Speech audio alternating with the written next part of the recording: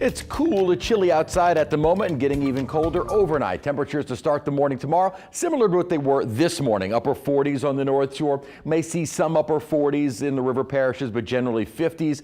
In most other locations, with the exception of the metro area, probably staying in the 60s. Now by Sunday morning, as we'll start to get a little bit more of that humidity coming back in from the Gulf, morning lows won't be as chilly. We'll have a little bit more of a damp feel. Outside at the moment, clear skies, and we are getting pretty cool. 66 right now at Kenner with a dew point of 53. And again, because water temperatures are in the mid 70s, 70 degrees still at this hour at Lakefront, 66 at Kenner. You get away from the water, 54 Laplace, 54 at Belle Chase, and in the lower 50s on the North Shore, well on their way to dropping into the 40s. As the dew points right now, upper 40s and low 50s, will fall a bit more through the overnight, and almost no wind outside. A little bit of a breeze out at the lakefront. Still under clear skies, and we ought to see mostly sunny skies during the day tomorrow. However, we may start to see a few more passing clouds late Saturday and more so into Sunday, as high pressure is going to be shifting a little bit more to the east. As it does so, it brings back more of an onshore flow for us. So gradually through the weekend,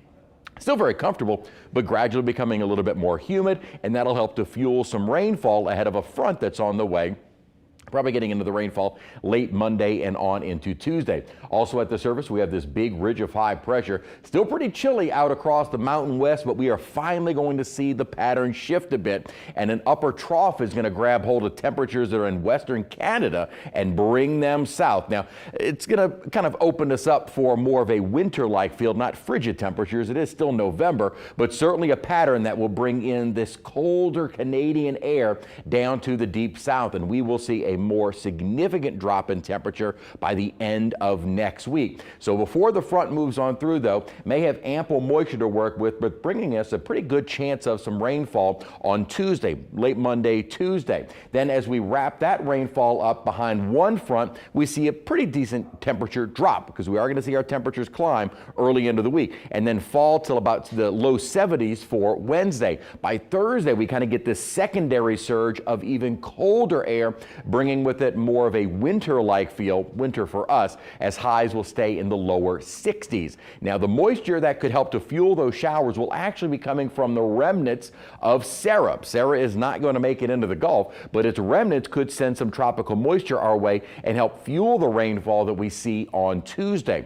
As of right now, the Weather Prediction Center places under a low-end threat for some isolated street flooding. Don't think it's going to be a widespread concern, but certainly if we're able to tap into that tropical moisture, we may see some efficient rainmakers that some street flooding is possible.